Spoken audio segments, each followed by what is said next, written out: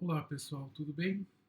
Para aqueles que não me conhecem, meu nome é Caio e eu estou voltando a gravar os vídeos para o YouTube, né?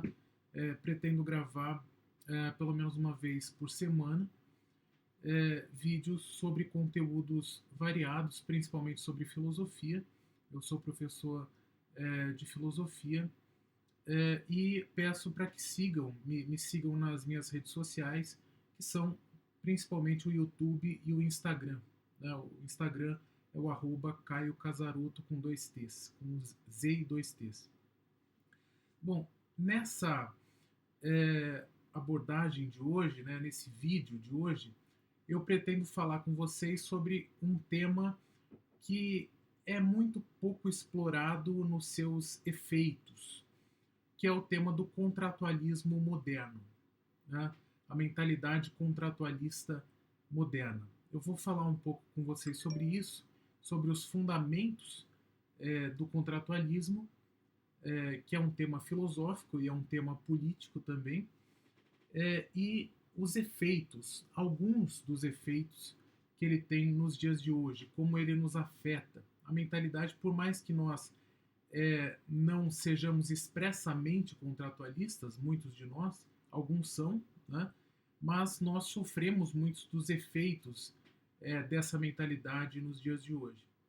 Então, como que começa o contratualismo? O contratualismo ele se inicia com uma obra, uma das obras iniciais do contratualismo é o Leviatã, de Thomas Hobbes. Nós já falamos um pouco sobre Thomas Hobbes nos últimos vídeos do canal, falamos um pouco sobre essa obra, e o Leviatã é de 1651, né? Então é da metade do século XVII.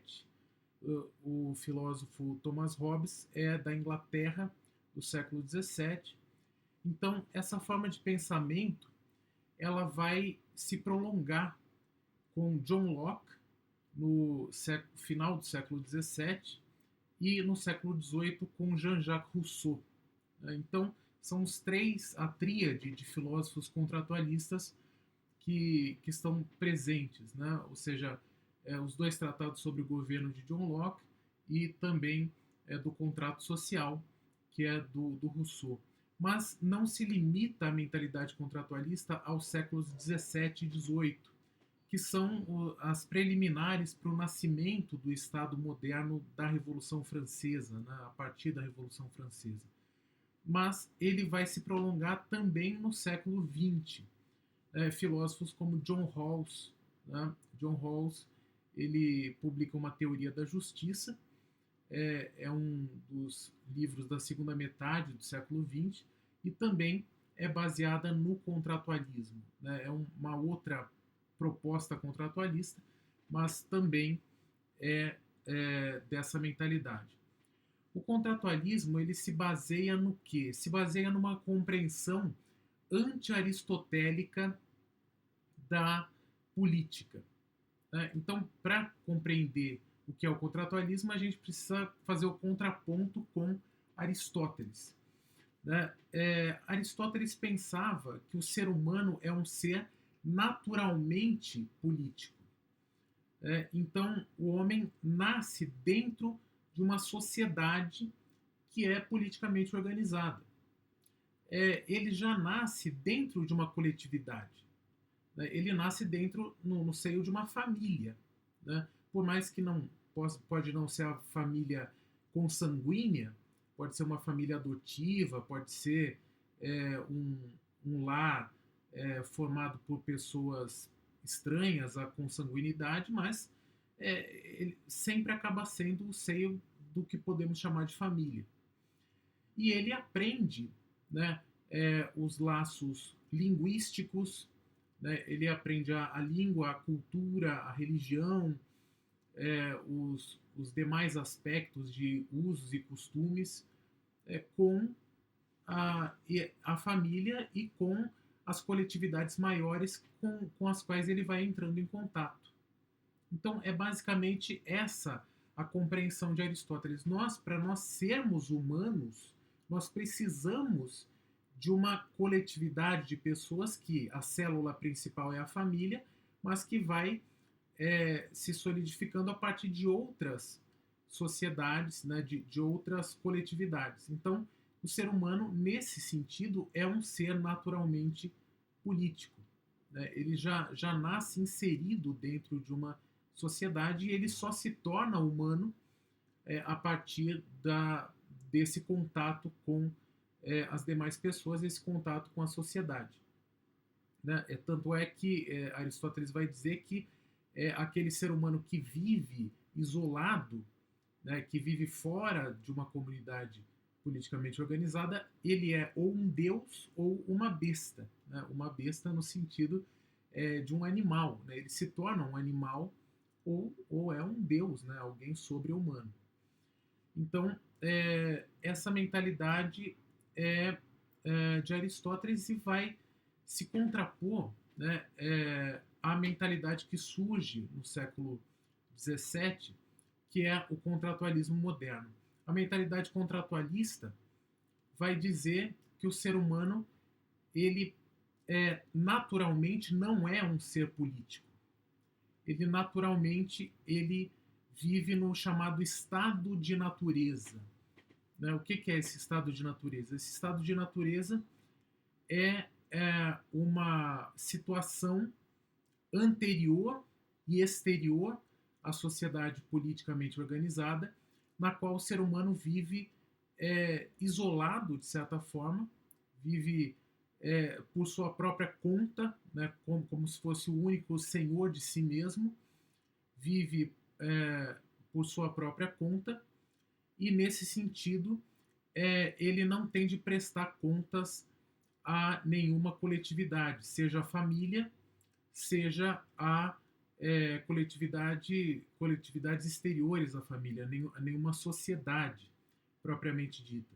Né? Então a mentalidade contratualista traz uma primeira compreensão, que é uma compreensão individualista da natureza humana. Né? Ou seja, ela parte de uma crença implícita de que o indivíduo, pela sua própria natureza, ele pode se constituir como ser humano independentemente de qualquer participação, né, em uma coletividade. Seja ela uma família, seja associações maiores, seja uma cidade, por exemplo. Né? Então, essa mentalidade individualista vai dar origem, por mais paradoxal que possa parecer, a uma mentalidade coletivista. Né? Por quê? Porque o próprio contratualismo vai trazer essa compreensão coletivista no sentido de que o indivíduo humano, ele, uma vez que não consegue bastar a si mesmo, uma vez que encontra intempéries, uma vez que encontra males nesse convívio, nessa ausência de convívio social, ou diante de males como o perigo da morte violenta, o perigo de perder a liberdade, de perder a propriedade, né, e esse tipo de coisa, ele vai se juntar a outros indivíduos para compor um contrato social. Né? Então ele vai ter que se juntar a todos os outros indivíduos e formar uma coletividade artificialmente considerada para, por meio do contrato social, formar o Estado. Então o Estado já surge como a grande coletividade que vai se impor sobre os outros indivíduos. Então, da mentalidade individualista já surge, como avesso da moeda, uma mentalidade puramente coletivista. Né? Então, perceba que a mentalidade contratualista cai nesses dois extremos. Né? Ou é 8 ou é 80. Não tem meio termo, não tem terceira opção, praticamente. Né? Ou é o individualismo extremo, ou é o coletivismo extremo. Né? E esse é um dos grandes males das ideologias modernas. Né? Se você for pegar o liberalismo e o libertarianismo, vai tender muito mais para o individualismo extremo. Se você for pegar o socialismo, o comunismo, as ideologias como até o fascismo também, vão cair no coletivismo extremo. Então, todas essas ideologias estão em grande parte baseadas nessa compreensão contratualista da política, né? Já não tem tanta importância, por exemplo, as coletividades menores em relação ao Estado, né? Então, elas passam a ser consideradas meramente entidades particulares sem grande importância. Por exemplo, a família, as associações, as organizações de bairro, os clubes de debates, etc., eles passam a ser quase que desconsiderados no plano da política em si mesma, né? E, nesse sentido, o contratualismo também inaugura uma outra mentalidade, né? Um outro tipo de pensamento que é bastante presente na política moderna.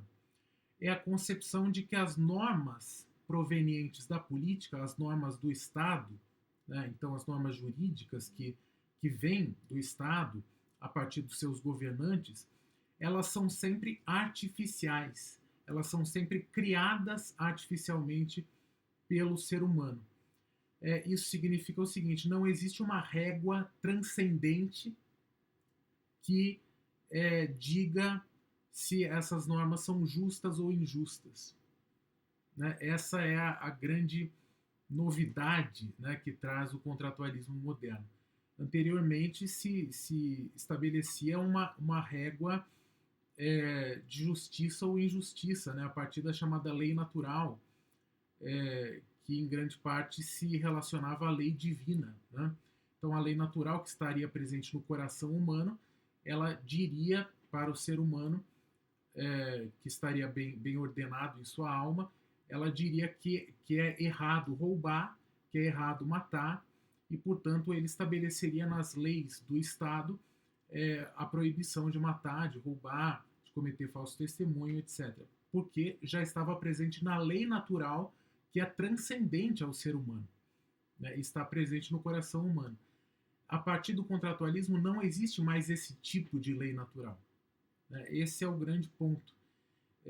Aqui, toda norma é um construto humano, é um construto puramente humano, uma construção puramente humana, né? A única régua que serve para medir a justiça ou a injustiça, a legitimidade ou a ilegitimidade de uma norma do poder político é aquela que se refere ao próprio fundamento da criação do Estado, né? Ou seja, aquela que se refere ao chamado contrato social, né? Essa é a única régua que serve para medir a justiça ou a injustiça de uma determinada norma. Então, se, por exemplo, né, no caso de John Locke, o contrato social estabeleceu que o Estado foi criado com a finalidade de preservar a vida, a liberdade e a propriedade privada dos indivíduos,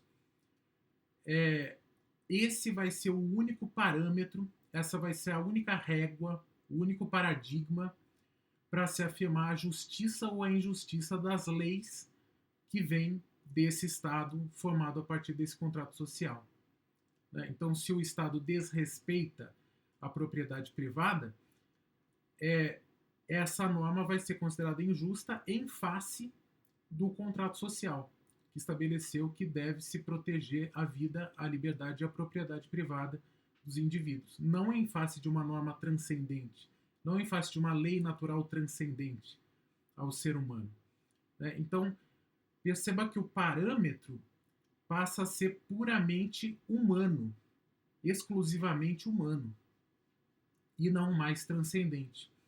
Isso significa que é o próprio homem, enquanto suposto autor de um contrato social, que constrói a sua própria régua para poder medir a justiça ou a injustiça, a legitimidade ou a ilegitimidade de uma lei ou ato do Estado, né? Ou do ato de um governante que representa o Estado, né? Então passa a haver um relativismo moral, ou seja, é a partir da vontade humana, esse voluntarismo humano, né? É a partir da vontade humana decretada no contrato social que nós estabelecemos aquilo que é certo e errado. Não existe o bem e o mal, o certo e o errado, o justo e o injusto como transcendentes ao ser humano. É o ser humano, pela sua própria vontade, estabelecida no contrato social, que determina o que é certo e errado, bem e mal, justo ou injusto. Esse relativismo moral, né, se inaugura na filosofia contemporânea, se estabelece na filosofia contemporânea, e tem grandes marcas na nossa sociedade atual e vai permanecer até hoje como mentalidade predominante. E uma das formas de expressão no plano do direito é o positivismo jurídico. É o positivismo jurídico, cujo principal autor é o Hans Kelsen, né, do século XX, do início do século XX, que é o filósofo do direito, um dos principais filósofos do direito. O positivismo jurídico é uma teoria que defende que o direito ele se restringe apenas ao direito que é posto pelo Estado, o direito que é imposto pelo Estado, e que, portanto, ele deve ser separado de toda consideração de âmbito moral, toda consideração de âmbito ético ou moral. Então, a separação entre moral ou ética e política, né, que já está presente, de certo modo, em Maquiavel, né, mas que vai se intensificar a partir do contratualismo e vai desaguar no positivismo jurídico, ela era impensável nos tempos da Antiguidade e da Idade Média. Tanto é que Aristóteles, a política seria uma concretização da ética no plano coletivo. Né? E isso vai se manter até o final da Idade Média.